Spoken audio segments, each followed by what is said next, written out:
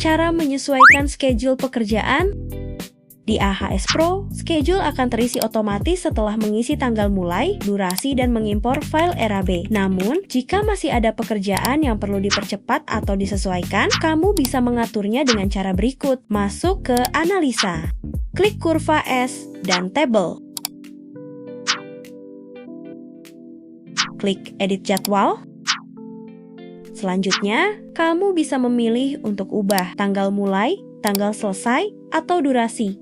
Lalu sistem akan otomatis menyesuaikan jadwal. Jadi, kalau ada perubahan di lapangan, kamu tinggal sesuaikan jadwalnya tanpa perlu membuat schedule dari awal. Lebih efisien kan? AHS PRO, kerja cerdas, kerja tuntas.